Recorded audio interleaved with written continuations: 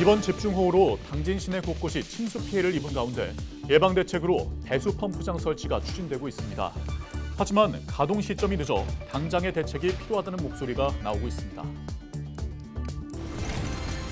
충남교육청이 집중호우로 피해를 본 학교 35곳을 대상으로 시설 복구에 나섭니다. 자체 예산을 긴급 투입해 2학기 수업에 차질이 없도록 하겠다는 계획입니다. 예산경찰서 소속 20대 경찰관이 자택에서 숨진 채 발견됐습니다. 해당 경찰관은 평소 가족들에게 업무 과로를 호소한 것으로 전해졌습니다.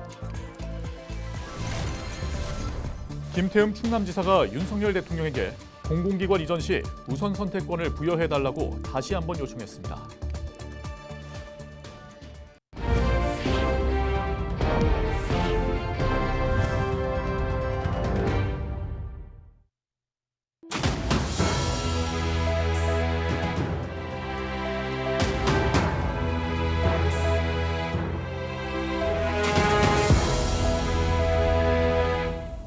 시청자 여러분 안녕하십니까? 헬로티비 충남뉴스입니다.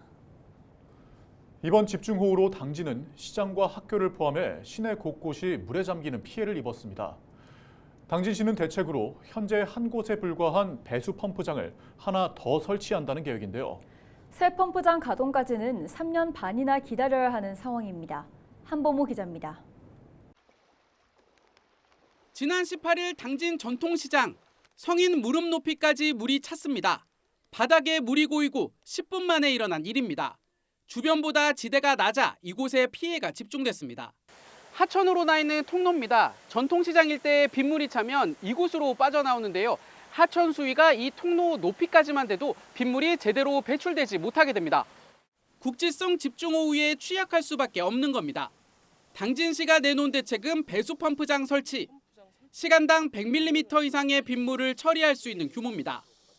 국비 포함 사업비 312억 원을 마련해 설계에 들어간 상태입니다. 2시간에 한 140mm, 150mm 정도 와서 이 양이면 거의 그 빈도 50년을 상회하는 수준이거든요. 그래도 이 정도 비가 와도 시설이 완비가 된다면 침수 피해는 전혀 없을 것으로 판단됩니다. 실제로 그럴까? 역시 저지대인 원도심 배수펌프장으로 가봤습니다. 신설 예정인 펌프보다 용량이 작지만 맡은 구역 내 빗물을 모두 처리했습니다. 덕분에 해당 지역은 피해를 최소화했습니다. 절반 이상의 그 펌프가 가동돼서 지금 그때 당시 순간적으로 해서 저희가 1시간 만에 한 9,700톤 정도를 배수시켰습니다. 두 대가 1시간 동안 거의 이제 풀로 돈 거는 아마 최초일 겁니다. 문제는 새 배수 펌프장 가동 시점입니다. 오는 2028년 1월 준공 예정으로 3년 반이나 남은 상황. 그때까지 장마철을 3번이나 더 겪어야 하는 겁니다. 상인들은 그럼 해마다 이런 일이 벌어질 텐데 항상 우려스러운 겁니다. 그래서 하천이 범람한 것도 아니고 지대가 낮기 때문에 역류성 침수기 때문에 당진시의회에선 이 기간 기존 시설을 최대한 활용하면서 관계기관과 대응 체계를 강화해야 한다고 목소리를 높이고 있습니다. 우수관들이 많이 있잖아요. 그 관리를 잘해야 되는 거예요. 이제 이물질들이 많이 껴서 물이 역류할 때 이제 빠져나가야 되는데 빠져나가지 못하는 상황이 있어요. 비가 올 시는 우기에는 더욱더 친밀한 협업이 필요하지 않나. 전문가들은 차수막이나 차수벽 같은 임시 예방시설이 필요하다고 강조합니다. 그리고 시장 같은 경우는 그 정도만 설치를 해도 그 비가 많이 왔을 때 침수에 대한 피해를 100%까지는 못하더라도 뭐 제가 보기에 한 90% 정도 이상을 이렇게 저감할 수 있는 거라고 생각하거든요. 당진시는 기존 배수시설을 정비하고 신설 펌프를 조기 가동하는 방안도 적극 검토하겠다고 밝혔습니다. 헬로티비 뉴스 한보호입니다. 충남교육청이 집중호우로 피해를 본 학교 35곳을 대상으로 시설 복구에 나섭니다. 충남교육청은 공제회와 교육부의 특별 교부금 지급까지 오랜 시간이 걸리는 만큼 빠른 복구를 위해 예비비 등 45억 7천여만 원을 지원하기로 했다고 밝혔습니다. 지역별로는 서천에 28억 원이 지급되며 홍성과 당진에 각각 4억 7천만 원과 4억 5천만 원 등이 지급됩니다. 지원금은 옹벽과 배수로 정비, 바닥 포장과 교실 복구 등에 사용될 예정입니다. 예산경찰서 소속 20대 경찰관이 자택에서 숨진 채 발견됐습니다.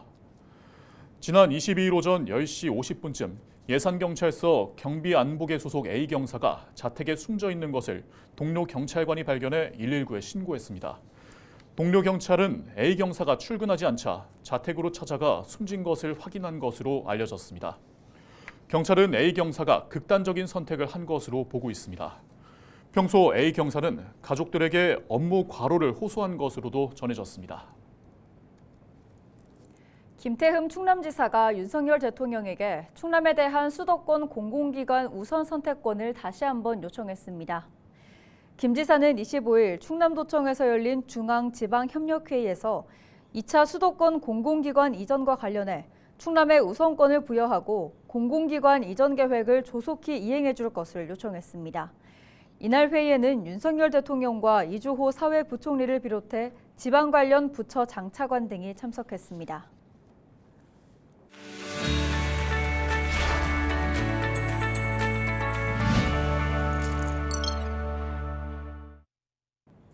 우리 지역 국회의원들의 활동을 살펴보는 국회는 지금 시간입니다. 먼저 홍성 예산지역구 강승규 의원이 전반기 예산결산특별위원회 위원으로 선임됐습니다. 국회 예산결산특별위원회는 정부가 제출하는 예산안과 결산안 심의 등을 하며 위원 수는 50명입니다. 강 의원은 필요하지 않은 예산이 반영되지 않도록 노력하고 홍성 예산과 충남도의 발전에 필요한 국가 예산을 확보하는 데 전력을 다하겠다고 전했습니다. 당진 지역구 어기구 의원은 농업재해보험법 일부 개정 법률안을 대표 발의했습니다. 개정 법률안에는 일조량 부족을 농업재해로 명시하고 재해보험 사업자가 가입자의 부당한 보험료 상승을 방지하기 위해 노력하여야 한다는 내용이 포함됐는데요. 어 의원은 최근 기후변화로 자연재해가 잦아지고 피해 규모가 증가하고 있다며 법과 제도 정비를 통해 농어민의 부담 경감을 위해 노력하겠다고 강조했습니다. 지금까지 우리 지역 국회의원들의 활동을 살펴보는 국회는 지금이었습니다.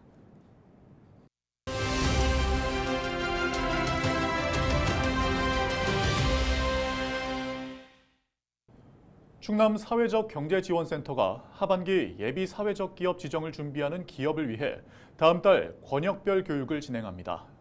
충남 사회적 경제지원센터 손정원 팀장 전화 연결해서 자세한 내용 짚어보겠습니다.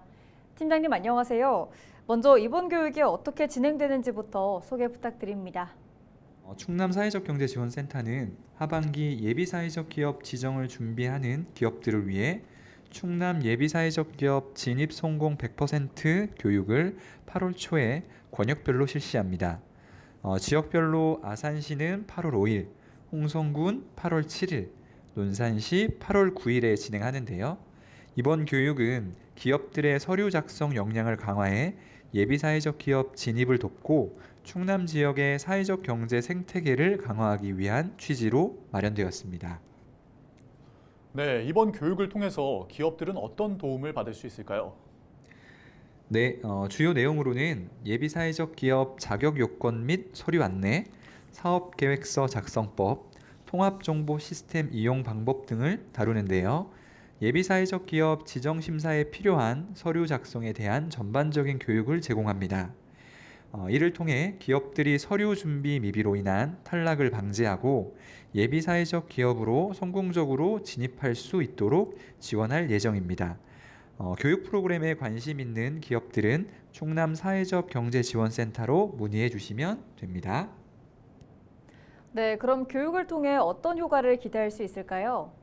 네, 이번 교육을 통해 서류 작성 역량을 강화한 기업들이 예비사회적 기업 지정에 성공하여 충청남도 사회적 경제 생태계가 더욱 활성화될 것으로 기대하고 있습니다. 또한 참여 기업들이 사회적 기업으로 성장함으로써 지역 경제 활성화와 사회적 가치 창출에도 기여할 것으로 보입니다. 교육은 많은 기업들이 서류 준비 과정에서 어려움을 겪고 있는 현실을 반영하여 이번 교육을 기획하게 되었는데요. 기업들이 예비사회적 기업으로 성장할 수 있도록 실질적인 도움이 될 수 있도록 최선을 다하겠습니다. 네, 말씀 감사합니다. 지금까지 충남 사회적 경제지원센터 손정원 팀장과 이야기 나눴습니다.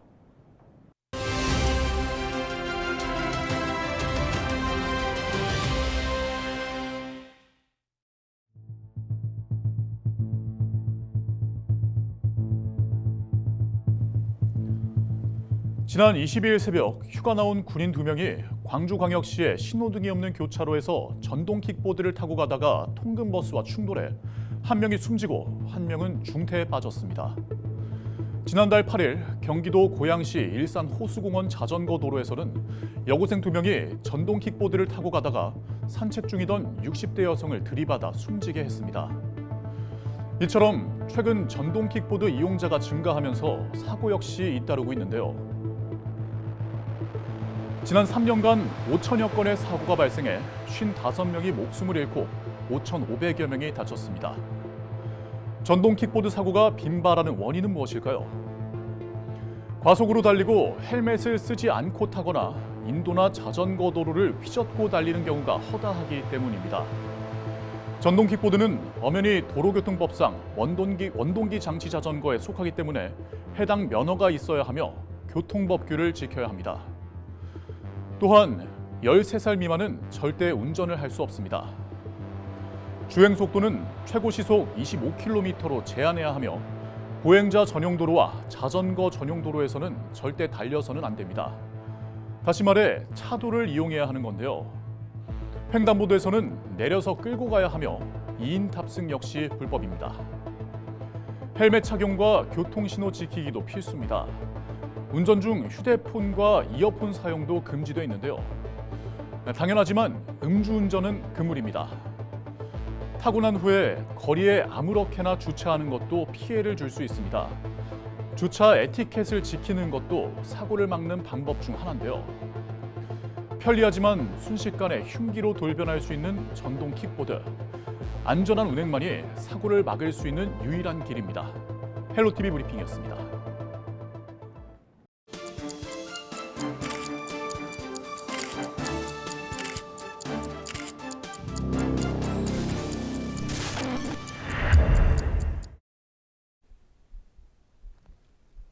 시청자 여러분 안녕하십니까?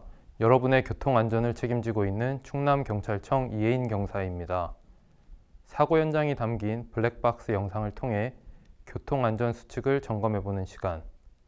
오늘의 첫 번째 영상부터 만나보겠습니다. 지난 5월 당진의 한 도로입니다. 블랙박스 차량이 편도 1차로를 주행 중입니다. 앞서가는 차량을 추월하려고 중앙선을 넘어 달리다 반대 방향에서 직진해 오는 차량과 충돌하는 사고가 발생합니다. 도로 중앙 황색 실선, 즉 중앙선은 자동차가 넘어갈 수 없음을 의미하는 선인데요. 이 선을 넘는 사고가 끊임없이 발생하고 있습니다. 계속해서 다음 영상 보겠습니다. 지난 5월 당진의 한 도로입니다. 편도 1차로를 주행 중인 블랙박스 차량이 황색 실선의 중앙선을 넘어 좌회전하는데요.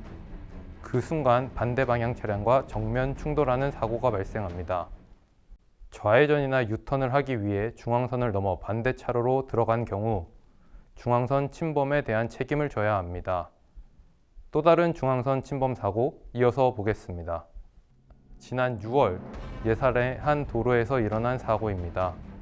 편도 1차로를 달리는 블랙박스 차량이 커브길에 그대로 직진하면서 반대편에서 진행해 오던 오토바이와 충돌하는데요. 졸음 운전 등으로 인한 전방 주시 소홀이 직접적인 사고의 원인으로 보여지는데요. 중앙선 침범은 심각한 교통사고를 일으킬 수 있는 행위입니다. 빨리 가려는 조급함을 버리고 졸음 운전을 하지 않으려는 노력도 필요합니다. 오늘도 교통법규를 준수하는 안전운전 하시기 바랍니다. 지금까지 블랙박스로 보는 교통안전 이혜인 경사였습니다. 충남에서 처음으로 당진 고대면에 마을관리소가 문을 열었습니다. 고대 커뮤니티 센터에 마련된 마을관리소에서는 집수리와 공고되어 공간 공유 서비스를 제공합니다. 또 취약계층과 복지 사각지대 주민을 위한 빨래방도 운영합니다. 관리소는 앞으로 지역 특성에 맞는 복지 서비스를 추가로 발굴해 다양한 사업을 확대 운영할 계획입니다.